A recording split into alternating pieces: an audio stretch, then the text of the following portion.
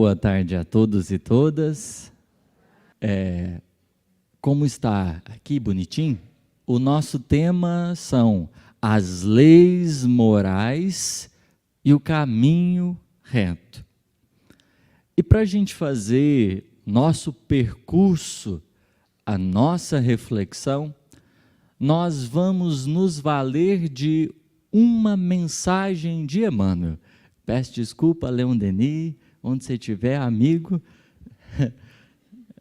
mas Emmanuel vai nos auxiliar a construir a nossa reflexão aqui desta tarde de hoje, numa mensagem do caminho, verdade e vida, a lição de número 21, que se chama Caminhos Retos.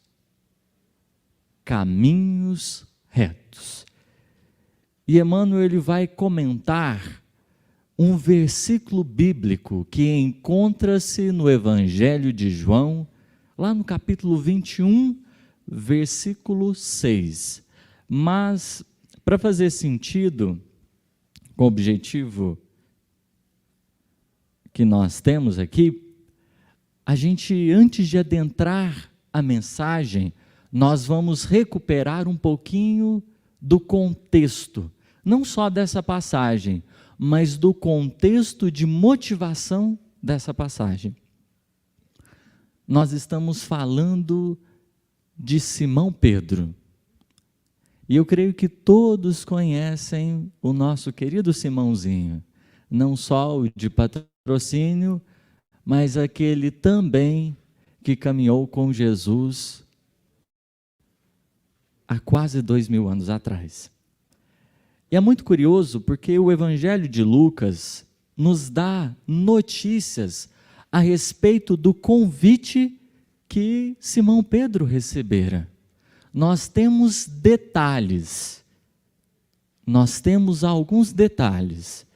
No Evangelho de Mateus, a passagem, ela fica como se Jesus tivesse olhado para Simão, vem, e o Simão, opa, vou. Então parece assim, uau, né? Aconteceu alguma coisa e de repente o Simãozinho já estava, né, deixando as coisas dele e seguindo. Mas no Evangelho de Lucas, a gente tem algumas informações a mais e elas dão uma gordurinha para a gente trabalhar em cima delas. E o episódio está intitulado como A Pesca Milagrosa, os primeiros discípulos. Então a gente tem o contexto do convite de Simão Pedro. Ele não apareceu do nada. Ele não apareceu do nada. E narra Lucas no capítulo 5 assim: aconteceu que estando ele à borda do lago de Genezaré, o povo atropelava-o para ouvir-lhe a palavra de Deus. Então, nós temos aqui o contexto. À beira do Tiberíades, à beira do lago de Genezaré, Jesus estava com muitas pessoas, com a multidão. A gente não sabe precisar quantas, mas nesse momento Jesus possivelmente ensinava, propunha algumas lições. E ele vê duas barcas à borda do lago. Tinha gente ali. Os pescadores haviam saltado em terra e lavavam suas redes. Então, estamos aqui preenchendo esse cenário, esse contexto. Barquinho, né, os dois barquinhos se aproximando, Jesus com a multidão, e os dois, né, ali finalizando o trabalho realizado. Imaginemos, lavar, né, as redezinhas é final, né, de tarefa. A gente, quando faz aquela comida boa, né, de repente precisa também lavar. Às vezes uma das partes mais doloridas. Só que, de certa forma, eles estavam lavando num contexto diferente. Por quê? A gente vai conhecer isso depois. Mas a gente já pode adiantar. O dia não tinha sido bom para eles. Então, como um microempreendedor individual, né, um autônomo, Simão Pedro e possivelmente os companheiros não tinham tido um dia bom. E quem é autônomo vive, né, daquilo que produz, daquilo que consegue realizar. Legal. E aí, entrou, né, continua o evangelista, entrou numa dessas barcas que era Simão, e rogou-lhe que o apartasse um pouco de terra. Assentando-se, ensinava ao povo desde a barca. Então, Jesus, né, já vai fazendo a boa ali, já vai estreitando os laços, se aproximando, e pede para estar presente. De repente, né, logo que acabou de falar, disse a Simão, uma fala de Jesus: faze-te ao largo e soltai as vossas redes para pescar. Então, nós temos aqui um contexto interessante, né? Pelas redes vazias, pelos não peixinhos presentes ali, a coisa estava meio complicada. É tipo você fazer um fechamento de caixa e você olha e não tem dinheiro. Então, estava meio complicada a situação. E aí, o Simão Pedro, recebendo aquela indicação de fazer aquilo ao mar alto, né, voltar a lançar as redes, ele fica assim um pouco ressabiado, né? Mas ele fala: mestre, depois de trabalharmos toda a noite, não apanhamos coisa alguma. Porém, né, sobre a tua palavra soltarei a rede. E aqui é interessante. Por ele mesmo ele não faria nada. Encerrou o dia, finalizou as atividades. Mas era Jesus, né, que estava dizendo, só que estava no início da história. Então, assim, se Jesus tivesse, era um pouco de fama, mas algo muito inicial. Talvez a própria presença do Cristo naquela hora tivesse representado alguma coisa a mais, tivesse mexido com alguma coisa. Se eu não me engano, no The Chosen, todo mundo já viu The Chosen? Quem não viu ainda, procura lá, The Chosen, baixa, é uma série de Jesus, e aí narra esse detalhe, assim, né, tem uns acréscimozinhos que a gente não sabe a origem deles, mas tudo bem, a gente fica feliz, né? O Simãozinho estava endividado e tudo mais, então ele estava bem ruim assim, né? E aí Jesus entra na história justamente nesse momento. Mas nós temos esse contexto, e possivelmente Simão Pedro, ele atende um pouco contrafeito. Ele vai atender ao pedido de Jesus um cadinho contrafeito. E o evangelista vai narrar: e depois que assim o fizeram, apanharam peixe em tanta abundância que a rede se lhe rompia. Obedeceu certinho, né? A pesca foi tão boa que a rede rompeu. E aí Simão Pedro vai pedir aos amigos, né, que estavam na borda para que dessem uma mãozinha, pudessem estar ali, né, para pegar aqueles peixes que haviam sido coletados. Simão Pedro volta para a borda e vai olhar para Jesus, né? E talvez seja aquelas horas um pouco desafiadoras. Talvez muitos de nós, na intimidade, quando muitos instantes, a gente atende a consciência um pouco contrafeito. Mas depois de atender aos objetivos que essa mesma consciência havia nos indicado, a gente volta para reconhecer a bondade que nos assistiu. Ele volta e diz: retira-te de mim, Senhor, que sou um homem pecador. Retira-te de mim, Senhor, que sou um homem pecador. É importante a gente dar a gordurinha para a história, porque o Evangelho não é história em si. Ele é vida. E se a gente simplesmente leva ele como mais uma narrativa, a gente esquece que ali existia sentimento envolvido. A gente esquece que ali estava sendo construído vida. A gente esquece do trabalho que estava sendo realizado.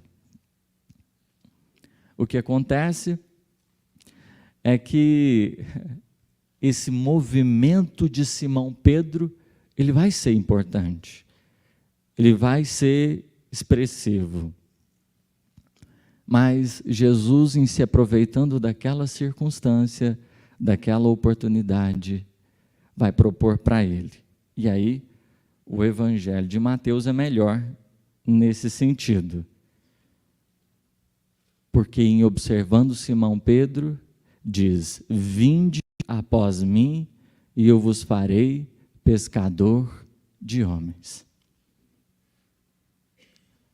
Então aqui estava concretizado o cenário, o início do convite. Para ser pescador de homens era necessário primeiro ser pescado. Simão Pedro veio bonitinho na primeira leva do trabalho da iniciativa cristã. Simão Pedro havia naquele instante recebido uma semente que ainda renderia muitos frutos, uma semente muito expressiva. Tá, vamos dar um pequeno pause. A música que a gente começou ouvindo, ela se chama Céu. E no refrãozinho dela há uma indicação: sede perfeitos, filhos do Pai. A indicação, né, lembrando as palavras do Mestre. Porque, e se a gente fizer aqui a ponte com a passagem, ser pescador de homens, nada mais é do que a gente, de algum modo, traduzir as potências do Espírito, a gente conseguir, de algum modo, movimentar os atributos da alma à disposição daqueles que nos cercam, para que não só eles sejam benefício em nosso favor, mas sejam benefício em favor do outro. Simão Pedro, naquele instante, estava sendo ajudado, mas o grande intento do Cristo não parava em atendê-lo. Existia propostas muito mais nobres e expressivas. Era ser pescador de homens. Era iniciar as atividades da vida com a característica que lhe dizia respeito, com as possibilidades que lhe eram devidas.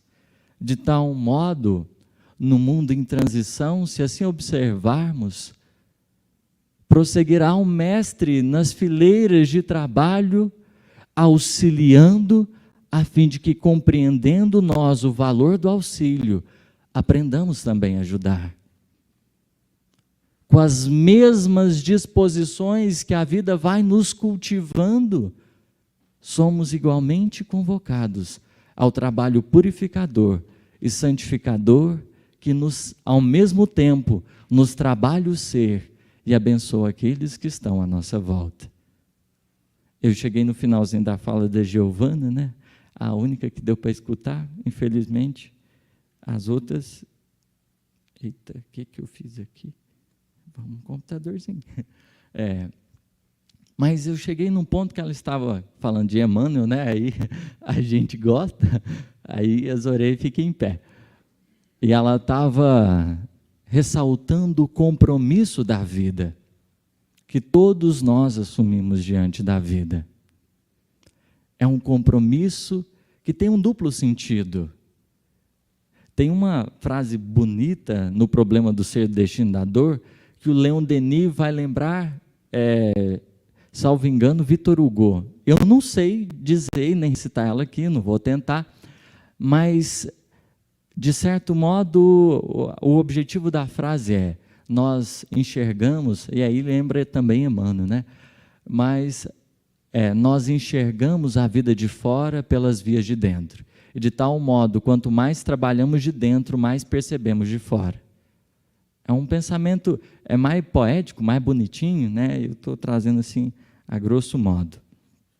Mas é interessante, porque é algo que os Espíritos também deixam muito claro na questão 132 de O Livro dos Espíritos, quando é questionado o objetivo da encarnação.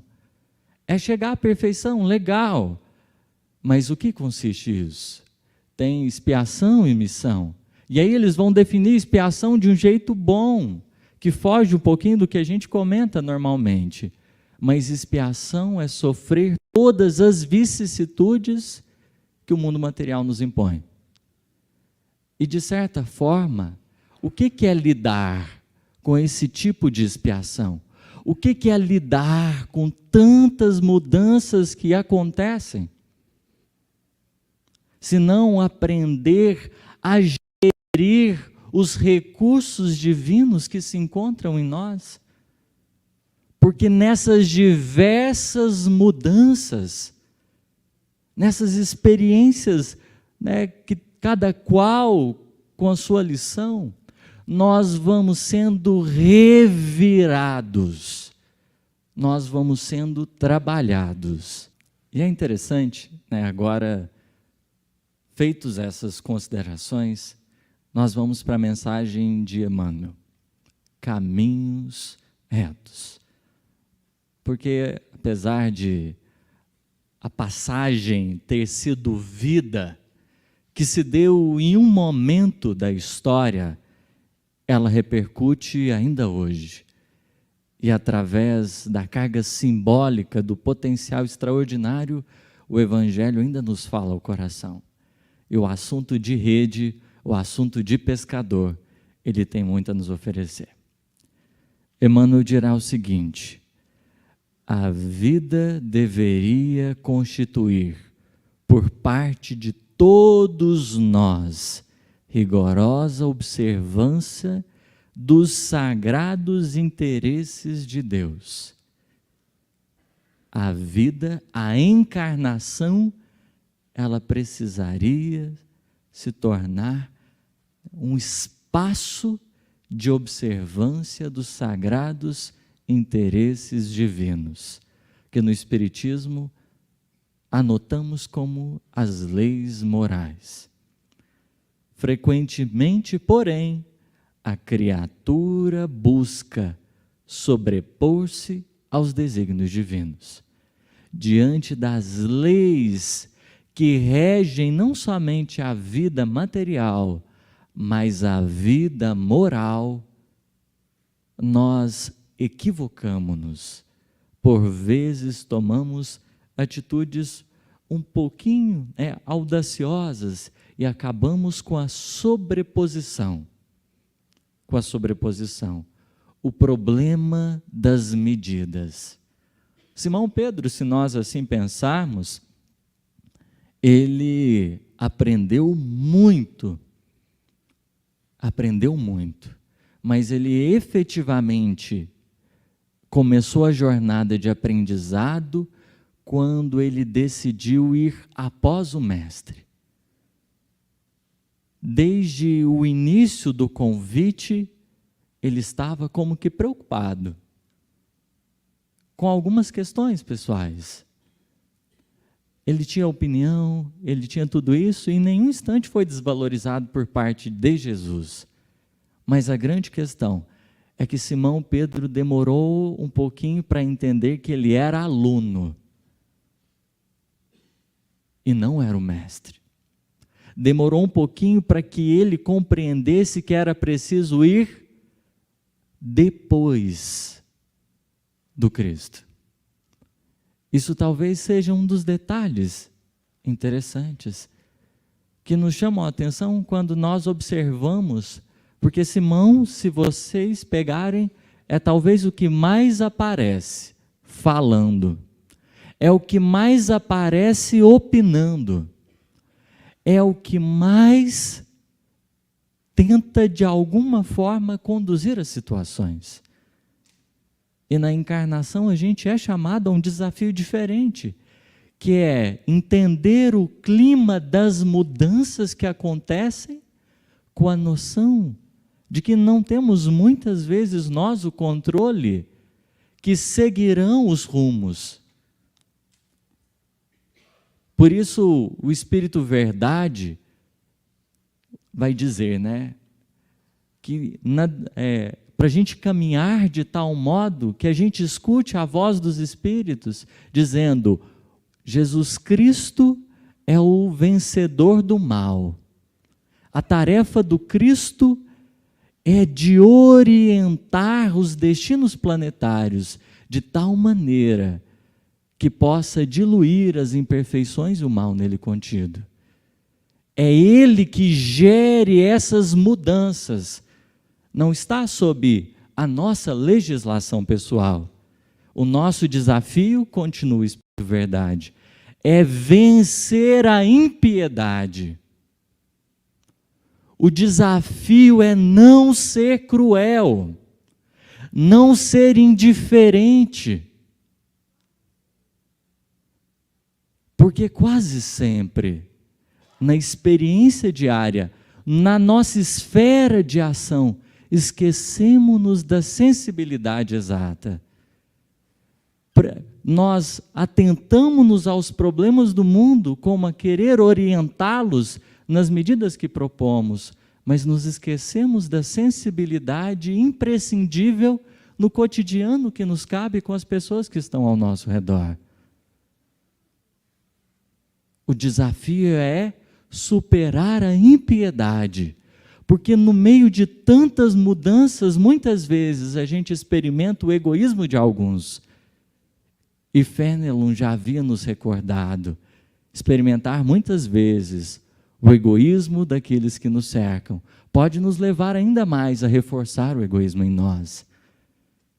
E aí cada um no seu quadrado, se fechado a si mesmo, o desafio amplifica-se. A tarefa do Cristo é da ordem planetária.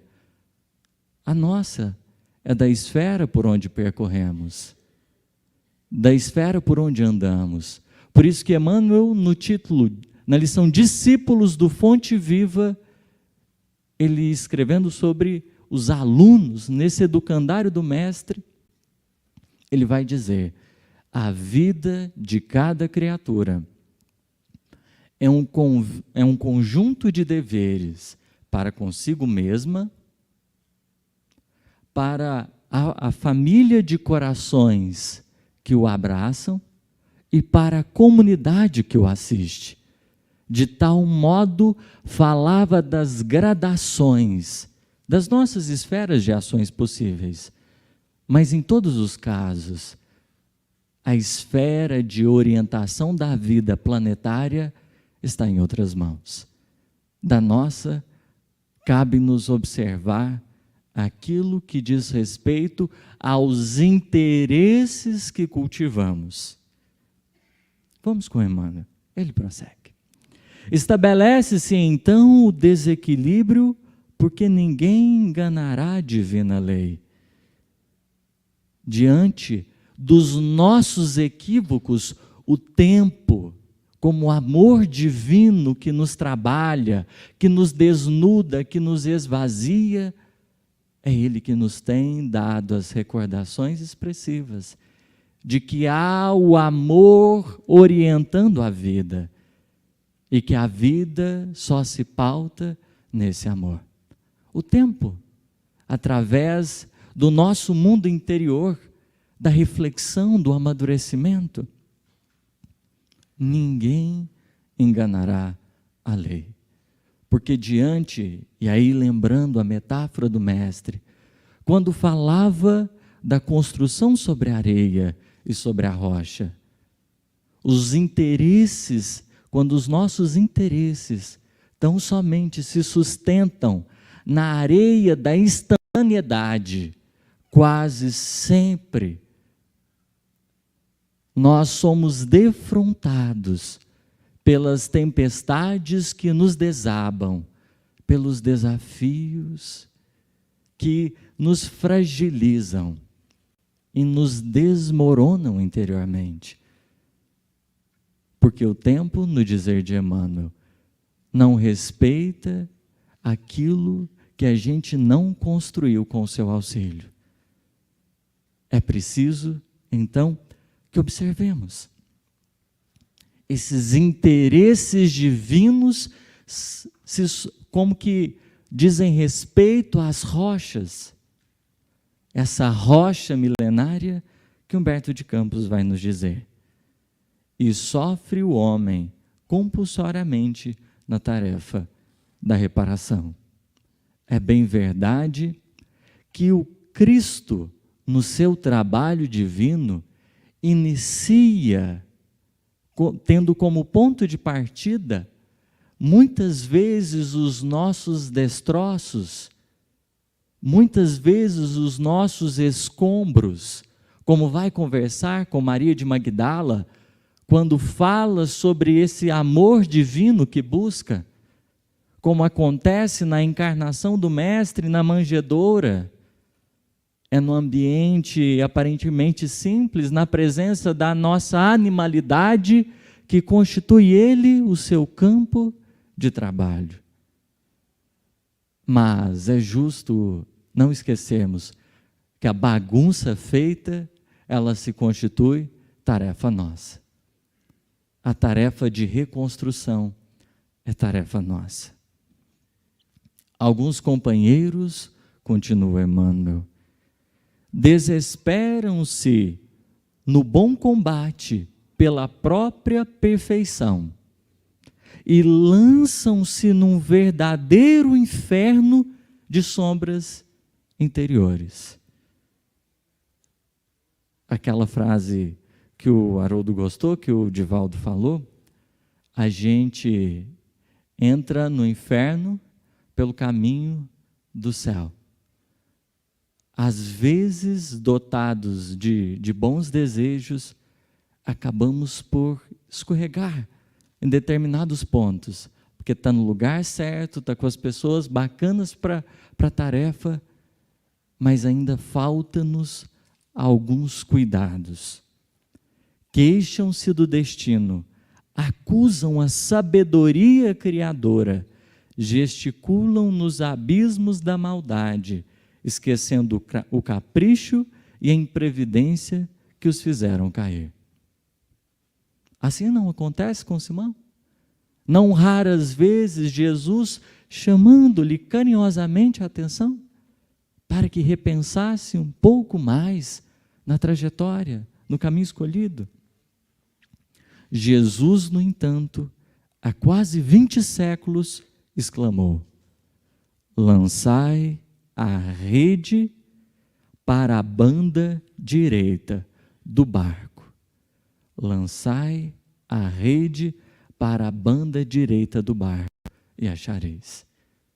Existe como que um centro de forças que reúne as nossas esperanças.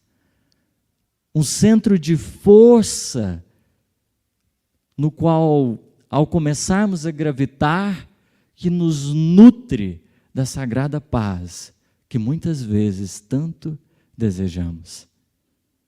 É possível encontrar, mas é justo compreender a direção. E é por isso que, pensando leis morais, pensando consciência, existem duas palavrinhas para nós muito expressivas: referência e identidade. A consciência que guarda esse pensamento divino é para nós referência, ajuda-nos a lembrar a medida diante dos nossos excessos ou ausências. Mas não apenas.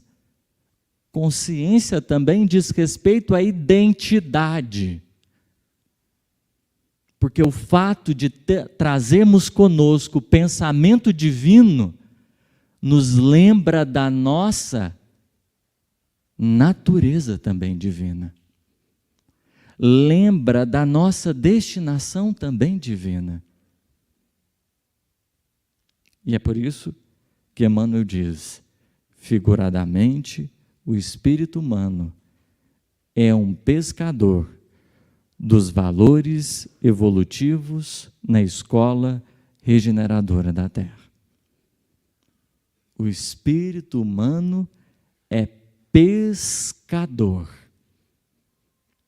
A história nunca foi simplesmente sobre pegar alguns peixinhos. Há metas muito mais altas que se descortinam ao nosso coração. A deusa Samu, ela estava fazendo palestra semana passada, acho que foi semana passada.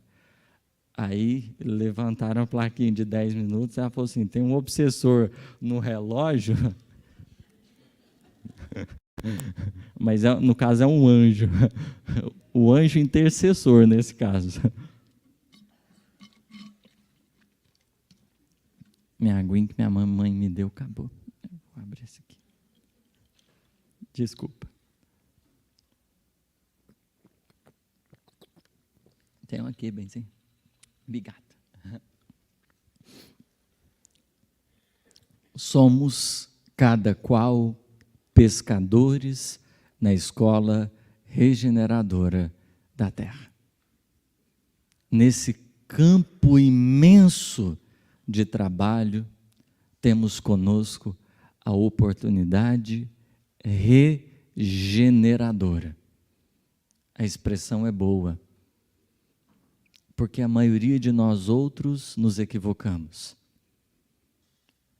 Muitas vezes, ilusões outras, como que nos tomaram o coração e o pensamento. Regenerar, em outras palavras, é arrumar a bagunça que a gente fez. A posição de cada qual é o barco. Então, nós somos pescadores dos valores evolutivos. A gente está num barco. Esse barco é a nossa posição, o lugar que a vida nos trouxe, as experiências que construíram a nossa presente existência. A rede, por assim dizer, de afetos e almas que nós estamos ligados, as experiências e os atravessamentos que constituirão a nossa personalidade. Em cada novo dia, prossegue Emmanuel, o homem se levanta com a sua rede de interesses. Então, o que seria a rede? Os interesses de cada dia. Aquilo que no painel mental vai sendo objeto pretendido pelos nossos corações. Existe uma fala de Jesus que eu havia meditado muito superficialmente, e ainda acho que está muito superficial, mas um detalhe me chamou a atenção. Jesus nos convoca para cultivarmos os tesouros do céu, que os ladrões não roubam, a traça nem a ferrugem consomem. Se a gente parar para pensar, tesouro é aquilo que a gente tem de valioso, aquilo que mexe as fibras do nosso ser, aquilo que nos impacta. Mas o tesouro, a gente pode pensar a priori que ele está ligado com um desejo. Tudo que, de certa forma, movimenta os nossos desejos, a gente poderia definir como um tesouro. Só que o tesouro, ele não representa um desejo somente. Ele representa a construção que os nossos interesses orientam na jornada evolutiva. Ele não representa um momento, ele representa a construção que muitas experiências suscitaram.